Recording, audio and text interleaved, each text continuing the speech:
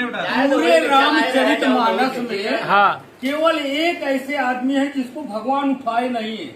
और भगवान पूरे रामचरितमानस में किसी को अपने सामने गिरा देख नहीं सकते, गिरने नहीं देते। लेकिन केवट भैया जब पांव पकड़े तो उनको उठाए नहीं राम जी। क्यों नहीं उठाए? अब उठाऊंगा तो केवट भैया को दूंगा क्या? हमारे पास तो कुछ है ही नहीं ना। तो इस चीज को मेरी माँ सीता जी ने समझ गई। राम जी उठा नहीं रहे और कभी हुआ नहीं है कि कोई गिरा है और राम जी उसको तुरंत उठाए ना हो। केवट भैया को नहीं उठाए तो मेरी माँ जब समझ गई तो उन्होंने तुरंत मुद्रिका उतार दिया अपने हाथ की कि आप ले लीजिए। तो राम जी क्या बोले, आप जी मेरे लिए अपने हाथ की मुद्री उतार दी।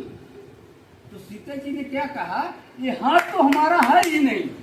जिस दिन ये हाथ हमारे पिताजी ने आपके हाथ में दे दिया उस दिन से तो ये आपका हाथ है। महाराज तो जो है ना, फिर भी राम जी अपने हाथ में नहीं लिए मुद्रिका को। उन्होंने केवट से कहा, केवट जी आपकी माँ उतराई दे रही है, आप ले लीजिए।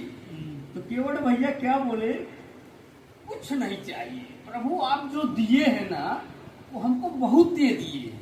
तो बोले कि क्या दिया, क्या दिया? अभी तो कुछ दिया ही नहीं। बोले जो मिल गया ना, करोड़ों जन्मों तक तपस्या लोग करते थे ना तो दर्शन पाने के लिए। ये जो पाँव आज धोया हूं ना, यही पाँव धोने के लिए ब्रह्मा जी पागल हुए थे कि वो न धोए थे। आगे का अग्रभाग का न ब्रह्मा जी धोए थे। मैं तो पूरा पाँव धोया हूँ, वो भी एक बार नहीं 5 बार धोया हूँ।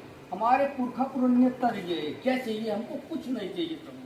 तो जब भगवान जो है ना किसी को मांगने को कुछ नहीं देते हैं तो अपने पास से विमल भक्ति देते हैं।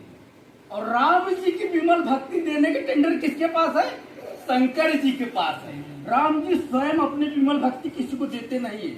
अगर राम जी की विमल भक्ति लेना है तो आपको शंकर जी के पास जाना पड़ेगा। लेकिन राम जी ने आज अपना नियम ही तोड़ दिए, केवट भैया को अपना विमल भक्ति दी।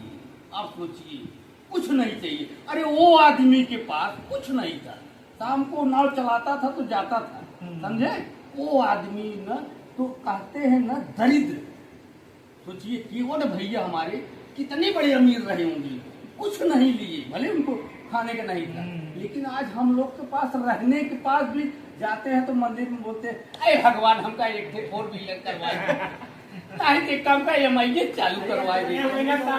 तो वो दरिद्र है, हम दरिद्र। आप समझिए, दरिद्र की ये परिभाषा है। इसलिए जीवन बहुत शांति।